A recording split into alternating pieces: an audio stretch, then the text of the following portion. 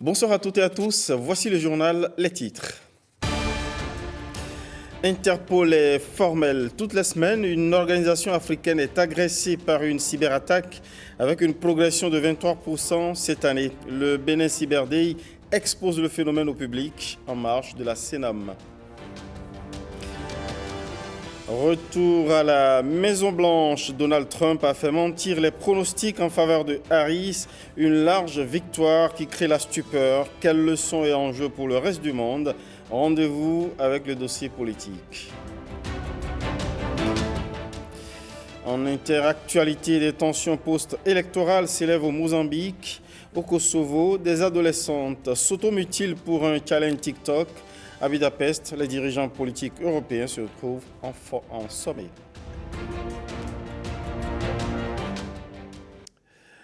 Alors, bonsoir, merci de nous recevoir chez vous avec ces livraisons de l'actualité. Chaque semaine en Afrique, des cyberattaques frappent des entreprises et institutions en Afrique. 23% d'augmentation en 2024 avec un impact économique considérable selon les récentes données du rapport Interpol 2024 sur l'évaluation des cybermenaces en Afrique. Face aux défis, la CIN, Agence des systèmes d'information et du numérique, convoque le phénomène au cœur du Bénin Cyber Day, un espace de discussion et de concertation organisé par la CIN en partenariat avec le Cyber Africa Forum. C'est à l'occasion de la CENAM, ECHO avec Igor Ayosso et Alexandra Diotan. La cybersécurité, un pilier indispensable au développement d'une économie numérique résiliente et inclusive. C'est un enjeu crucial en cette ère d'hyperconnectivité. Le cyberespace béninois, comme tout le cyberespace de manière globale, est confronté à une accélération des cybermenaces. Ça innove dans ce secteur-là et les attaques sont multiples. Bénin Cyber Day, initié en marge de la Semaine du numérique, offre l'occasion de sensibiliser les acteurs, notamment les représentants d'agences gouvernementales, les chercheurs et les professionnels de la cybersécurité. L'enjeu aujourd'hui pour nous, c'est de réfléchir à comment bâtir une résilience numérique solide.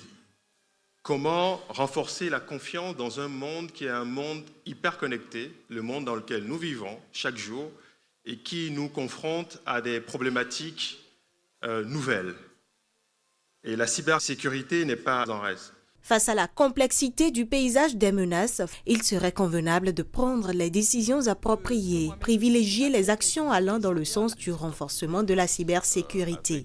L'expérience a montré qu'une entreprise qui a été déjà attaquée, une fois, comprend que la cybersécurité est importante. Nos entités doivent avoir des initiatives sur plusieurs volets, le volet organisationnel, le volet technique, mais surtout le volet humain. Il faut aller sur tous les aspects à 360 pour être sûr qu'on a un niveau de sécurité acceptable. Un appel à l'action pour une cybersécurité renforcée.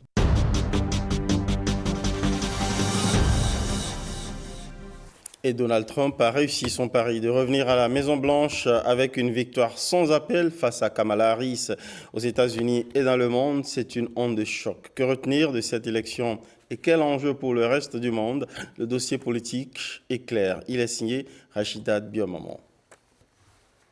Ce qui était une hypothèse est devenu une réalité. Trump, trompant médias et sondages, se hisse à la Maison-Blanche. Un remplacement à moins 3 mois des échéances électorales, Donald Trump qui est en campagne depuis 4 ans. L'inflation n'a pas vraiment aidé le camp démocrate. Les mécontentements liés à la politique extérieure, surtout à l'implication des États-Unis dans les différentes crises, que ce soit au Moyen-Orient ou en Ukraine, n'a pas joué en faveur. Mais surtout, la stratégie de désignation des démocrates par rapport au choix de Kamala Harris. Il n'y a pas eu de primaire, donc c'était assez prévisible. Quand on parle d'élire un président, aujourd'hui on ne peut plus parler de genre. Ce n'est plus une question de genre, mais c'est une question de capacité à donner aux gens qu'on veut représenter ce dont ils ont réellement besoin. Nous savons que Kamala Harris a beaucoup utilisé l'avortement comme l'une des raisons phares de sa candidature. Même aux États-Unis, il y a encore des conservateurs. Et tout le monde n'épouse pas forcément cette logique moderne aujourd'hui d'accepter l'avortement ou d'être pour l'avortement. De même, l'élection de Trump met une fois encore la crédibilité des médias à rude épreuve. Lorsque vous regardez les États-Unis, pratiquement chaque grand parti a un groupe de médias. On sait Fox News pour son penchant républicain et d'autres médias, comme CNN pour leur penchant démocrate. Il n'y a pas que ces deux-là, il y a toute une panoplie de médias. Si vous devez vous fier à ce que les médias nous ont servi, que ce soit les médias, certains médias américains, les médias occidentaux, vous allez dire que le match était serré. Mais aujourd'hui, une fois de plus, on se rend compte que la fiabilité ne réside pas à ce qui se dit, mais c'est dans l'appréciation des éléments avancés. Et parmi ces éléments, le discours trumpiste centré sur les États-Unis a reçu un écho favorable. Il a été élu sur la base d'une dynamique. Make America Great Again et America First. Et c'est cette dynamique qu'il avait déjà conduit à être président des États-Unis. Ce qui signifie, dans tout ce qu'il va entreprendre, les intérêts des États-Unis d'abord.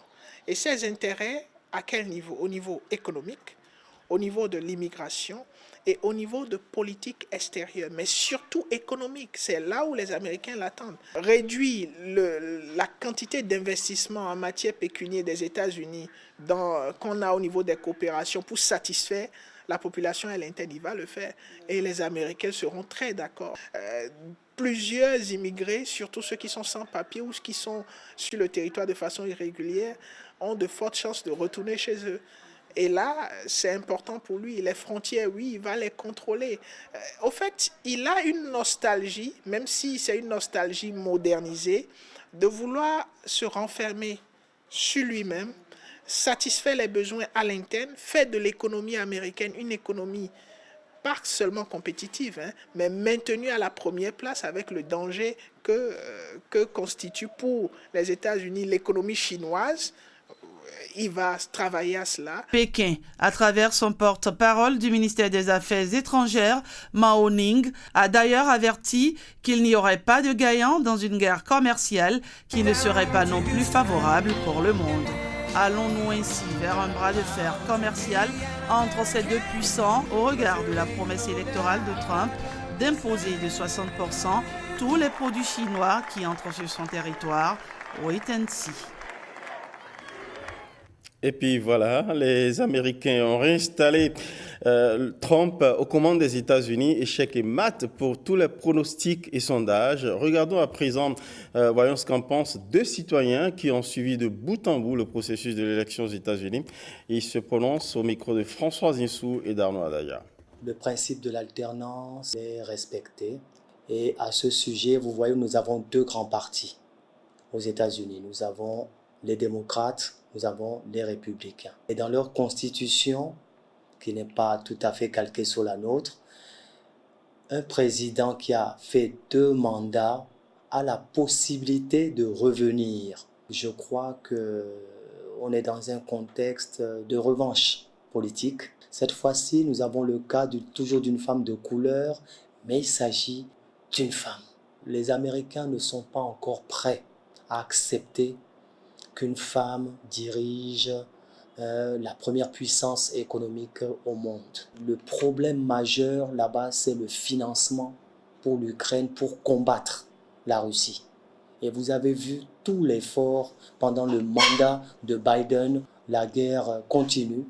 Alors, faut-il cette continuité des démocrates pour faire face aux problèmes Ukraine-Russe? Faut-il toujours cette continuité de Biden pour tenter d'interrompre aussi la fougue du Premier ministre israélien Benjamin Netanyahou? Les Américains ont soif de changer un peu la donne. Aujourd'hui, nous voyons des guerres partout.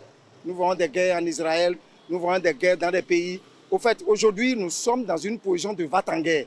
Et c'est ça qui fait qu'aujourd'hui, que l'Amérique est en train de se montrer qu'il est en position de va-t-en-guerre. Il faudrait qu'il amène quelqu'un de va-t-en-guerre au pouvoir. Parce que moi, si Kamala Harris prenait le pouvoir, il y aurait à avoir un peu de souplesse, il y aurait à avoir un peu de paix. C'est un va-t-en-guerre qu'ils ont envoyé au pouvoir. Cela veut dire qu'aujourd'hui, que l'Amérique va faire la guerre partout, il n'y aura pas de paix.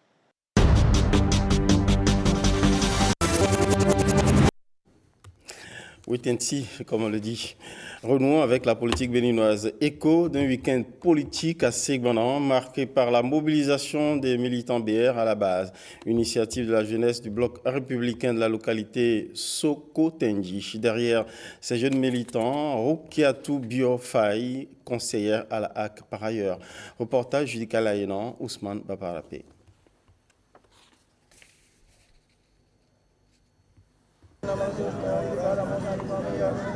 À Sokotenji, l'ouverture des travaux est précédée de la lecture du Saint-Coran, dirigée par les leaders religieux. Au menu de ces activités, une communication relative au militantisme et la place de la jeunesse au sein du parti Bloc républicain. La différence entre l'adhérent qui paye les cotisations et le militant, lui, il est actif. Actif parce qu'il participe à toutes les réunions, à tous les événements que le parti organise et il est là pour orienter, pour présenter le parti à toutes les occasions, défendre les idéaux du parti, défendre la position du parti au sein de tous les partis politiques pour que le parti grandisse à la base. Nous lançons un appel à l'endroit de toute la jeunesse de la commune de nous rejoindre. Tous ceux qui hésitaient et pensaient que la jeunesse que nous sommes au sein de ce parti, nous ne pouvons aboutir à rien. Non, la preuve est que même le gouvernement nous a fait confiance en nommant notre sœur Biofarou comme conseillère à la HAC. C'est un parti de la jeunesse et nous comptons vraiment sensibiliser toutes les femmes des associations de la commune. Être jeune, c'est avoir le privilège du temps et de l'espoir. C'est maintenant qu'il faut agir. Engagez-vous dans la formation, dans l'apprentissage et dans l'entrepreneuriat. Apprenez à servir votre parti et à porter ses idéaux. Je vous exhorte à prendre votre place, à être audacieux et à incarner cette nouvelle génération de leaders dont notre pays a tant besoin. Le Bloc républicain a toujours placé la jeunesse au cœur de ses priorités. L'accompagner à bon port pour l'atteinte des objectifs de développement demeure un défi. D'autres jeunes se mobilisent à Cotonou à l'appel de la Communauté économique des États de l'Afrique de l'Ouest à travers des assises organisées du 4 au 5 novembre dernier. Des assises pour amener de jeunes leaders, décideurs et acteurs de la société civile à s'impliquer davantage dans les décisions communautaires qui façonnent l'avenir. Joanita Akpayonide, Saint-Iche-Quimpon, Ernest Tétégou. Ces assises de la jeunesse de la CEDEAO qui viennent de s'achever marquent une étape cruciale dans l'engagement des pays membres envers les jeunes. Des solutions innovantes ont été identifiées pour l'autonomisation des jeunes en Afrique de l'Ouest. Pour la transformation positive de la société, la voix des jeunes compte. Mon ressenti, c'est d'abord une satisfaction. C'était une occasion, en fait, à la jeunesse de pouvoir se libérer, de pouvoir s'exprimer. Sur plusieurs points, c'était donc l'occasion pour nous de mieux nous exprimer, de dire nos recommandations, de faire des suggestions. Un appel spécial que je profite de l'occasion pour faire, c'est bel et bien la mise en application effective de ces différentes recommandations. Je trouve que c'est un bon appel pour pouvoir projeter l'avenir de cette communauté au sein de la jeunesse. Une jeunesse confiante avec l'espoir que ses préoccupations seront prises en compte. Vous nous avez dit ce que vous avez comme malaise, notamment par rapport au système éducatif. Cela, nous le partageons. La CEDEAO y travaille, nos États y travaillent. C'est vrai que ça prend du temps et ça demande beaucoup de travail, beaucoup d'investissement. Mais il nous faut une éducation qui réponde à nos besoins par rapport à nos communautés et à nos besoins par rapport à nos États. Les jeunes ouest-africains sont prêts à prendre leur destin en main. Ils souhaiteraient des actions concrètes pour bâtir ensemble un avenir durable et inclusif. Allons à présent au pied de l'Amazone à Cotonou. Il s'y tient le Forencle. Le Forencle, c'est le Forum international du consommant local et de la libre entreprise. travers une exposition des labels locaux, le Forincle veut prolonger la flamme du consommant local. Gloria Oni, Ramatoula Oni. La promotion des produits locaux est un tremplin pour stimuler l'économie locale, soutenir les producteurs locaux et préserver le mieux-être des artisans. La question du chômage ou le défi de l'emploi aujourd'hui est une question difficile. Mais à travers ce modèle économique, nous réussissons depuis bientôt 5 années à fédérer la résolution du défi de l'emploi et celui de la promotion des produits locaux. Nous avons besoin de montrer au monde entier ce que nous faisons dans notre pays.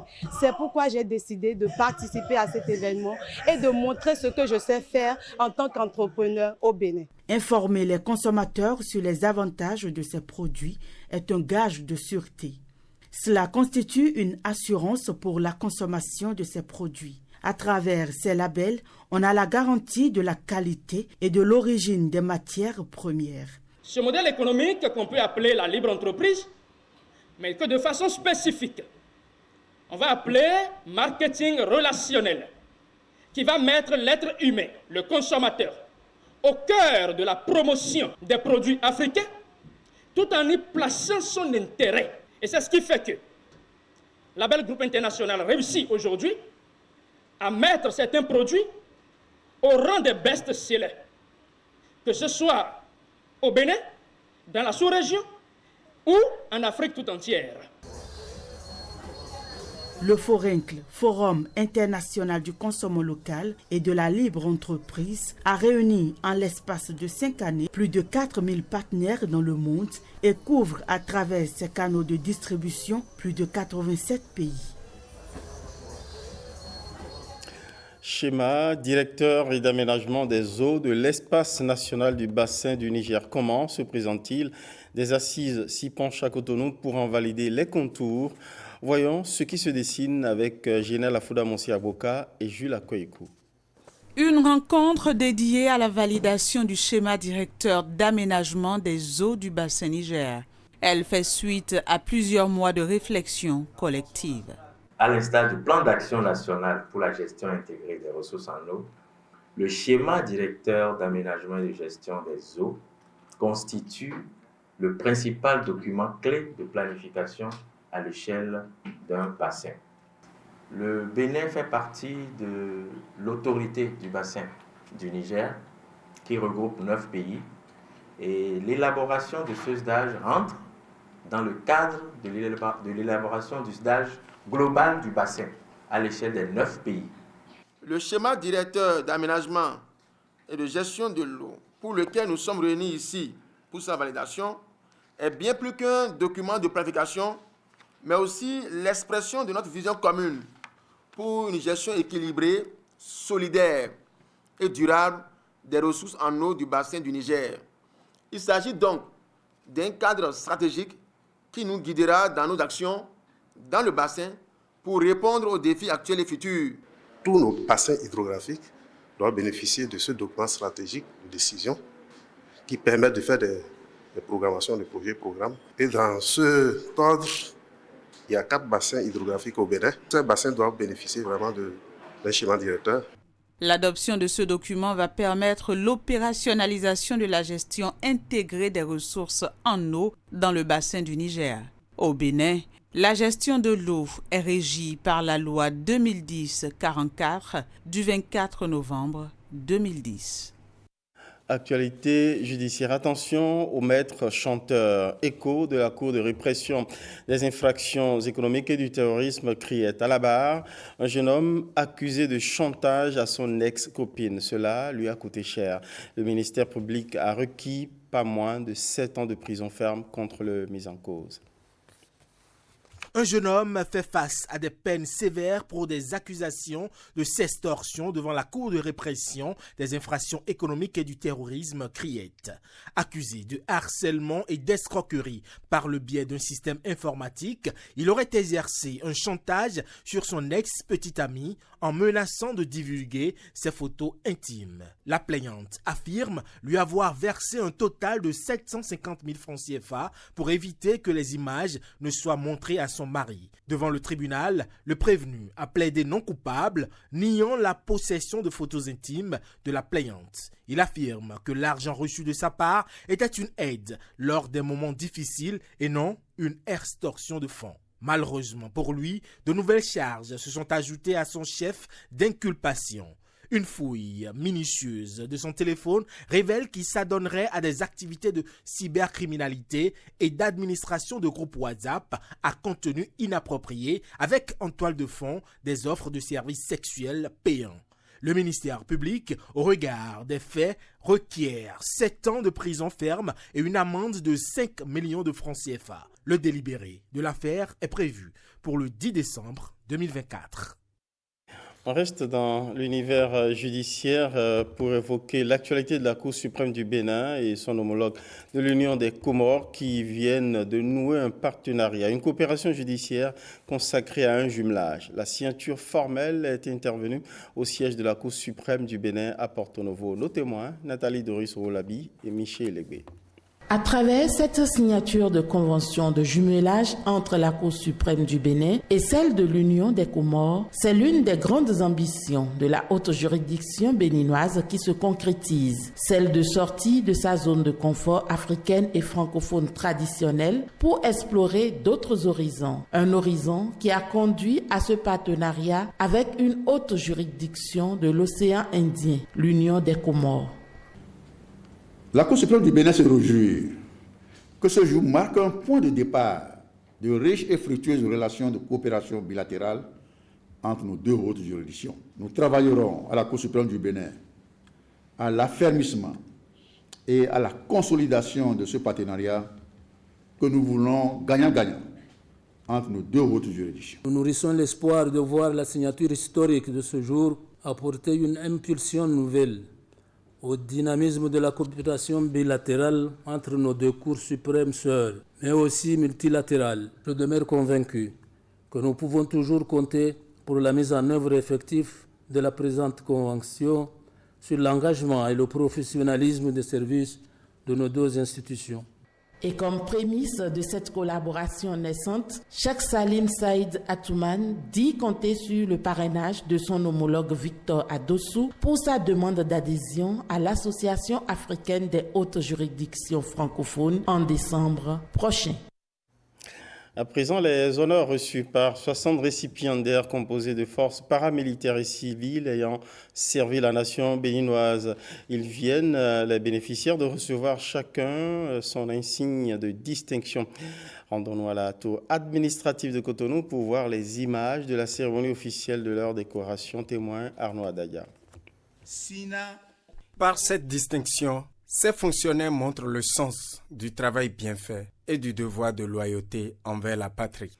Composé de quelques civils et essentiellement de policiers de différents grades, tous rentrent désormais dans les différents ordres de mérite du Bénin. Chers récipiendaires, quand bien même vous avez des statuts et parcours différents, vous vous êtes tous fixés des idéaux et avez adopté constamment des comportements qui incarnent certaines grandes valeurs de l'administration publique béninoise que sont la justice et la loyauté. Nombre d'entre vous ont consenti d'importants sacrifices dans la lutte contre le grand banditisme, la criminalité transnationale organisée, l'extrémisme violent et le terrorisme au péril de votre vie. Certains sont commandeurs et officiers, d'autres chevaliers et chevaliers de l'ordre de mérite social. Ils sont identifiés par le chef de l'État en vue de servir d'exemple à d'autres fonctionnaires qui veulent bien faire comme ceux-ci.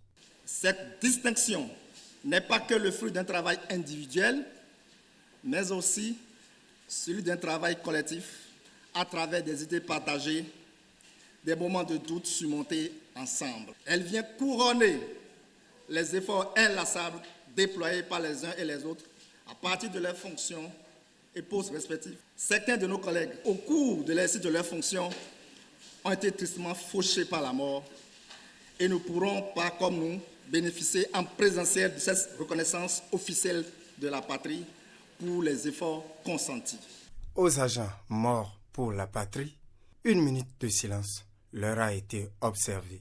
Ces contrôleurs de police, commissaires divisionnaires, commissaires-majors, brigadiers ou sous-brigadiers, de même que ces civils, peuvent arborer fièrement leur insigne avec le procès-verbal de distinction qui leur a été officiellement remis. Un important chantier d'infrastructure pour le sport du Bénin. Bientôt, le deuxième centre excellence de football des jeunes filles en Afrique verra le jour au Bénin après celui du Maroc. Le président de la Fédération béninoise de football en a lancé la construction à Lokossa. Oui, c'est là-bas que ce centre va s'ériger. Témoin, Samirat Tchabimane.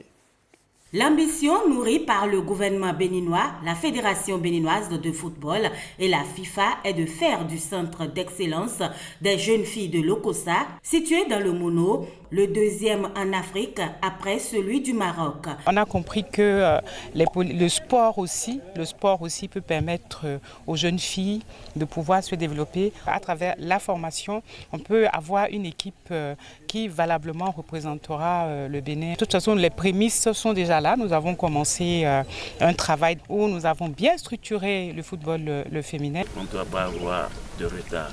Ils vont voir qu'il y a autre chose qu'on peut faire en dehors d'aller servir les gens au Nigeria. Et c'est payé à 100% par le gouvernement et la FIFA. Peut-être qu'avec les filles, on aura plus de succès que les hommes. Dans 18 mois, délai contractuel du projet, on pourra découvrir sur ce chantier un bâtiment R+2 extensif en R+3 qui servira de dortoir aux apprenantes, un autre administratif, la cantine, des vestiaires et un centre de gym, de même que 2 terrains de jeu aux normes internationales. On ne peut que remercier le président Talon et son gouvernement. Nos sœurs sont confrontées à de nombreuses difficultés par rapport à leur épanouissement et leur autonomisation. Ce projet donc vient à point nommé pour résorber un tant soit peu leur situation. Vous voyez autant de milliards qu'on veut investir dans Lokossa.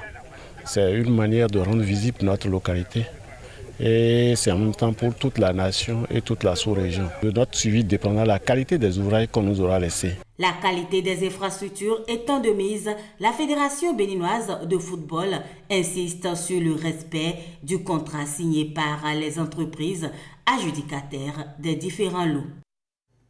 Notre page santé s'intéresse à la carie dentaire. Elle touche de plus en plus de personnes selon les spécialistes et plusieurs facteurs dont une alimentation riche en sucre augmente chaque jour le risque d'une carie. Et pourtant, il y a des méthodes de prévention. On se laisse édifier par Olviga Messan et Dorcas Tito Tchaledi. C'est une maladie infectieuse qui se développe lentement et détruit progressivement les tissus durs de la dent.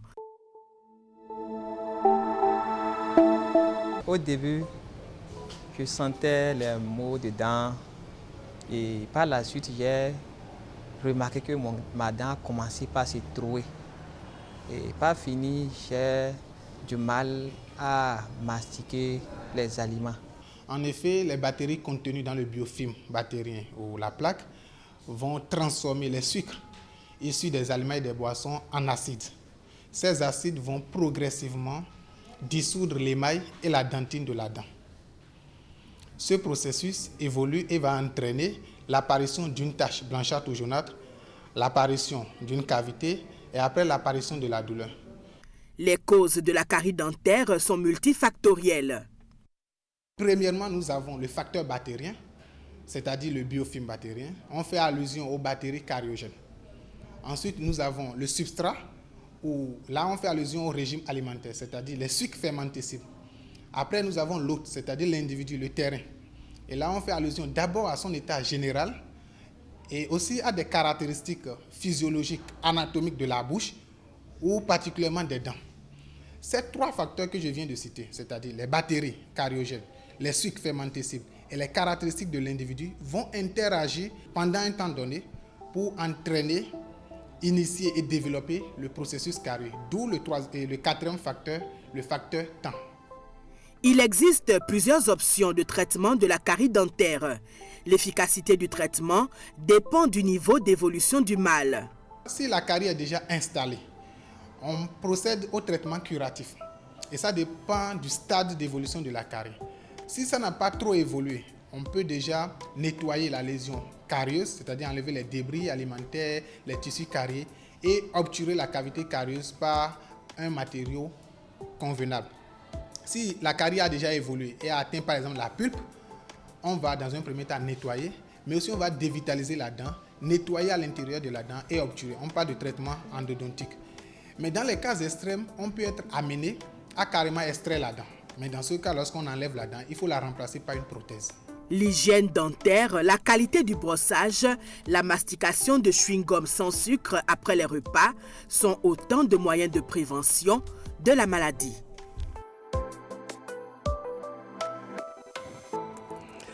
Faisons un bref tour à l'étranger avec Heureuse Danolé.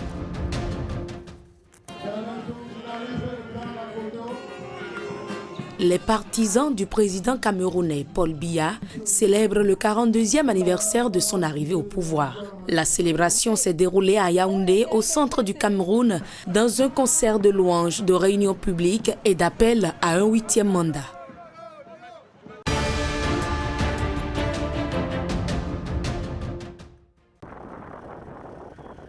La police anti-émeute bloque et disperse des groupes de personnes rassemblées à Maputo, dans la capitale du Mozambique. Ceci avant des manifestations prévues contre les résultats des élections considérées par l'opposition comme frauduleux. Les tensions sont vives dans les rues et les forces de l'ordre présentes.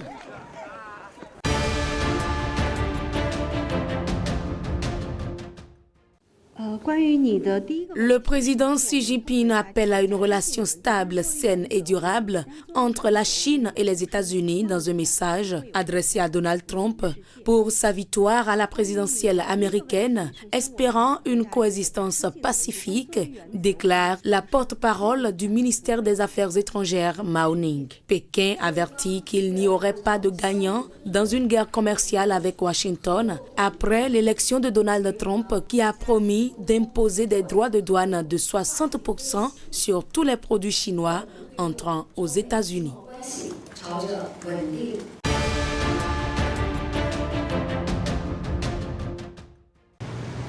Le Premier ministre hongrois accueille plusieurs leaders de la communauté politique européenne CPE à Budapest.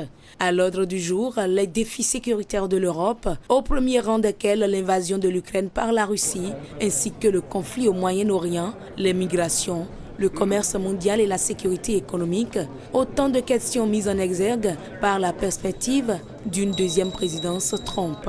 Le secrétaire général de l'OTAN affirme déjà vouloir discuter avec le président américain élu de la menace que représente le renforcement des liens entre la Russie et la Corée du Nord. Le président français Emmanuel Macron, quant à lui, déclare que l'Europe doit prendre le contrôle de sa propre histoire à un moment décisif pour le continent. On fera un plus large tour de l'actualité internationale dans nos prochaines éditions. Merci pour votre fidélité. Merci à toutes les équipes. Bonsoir chez vous.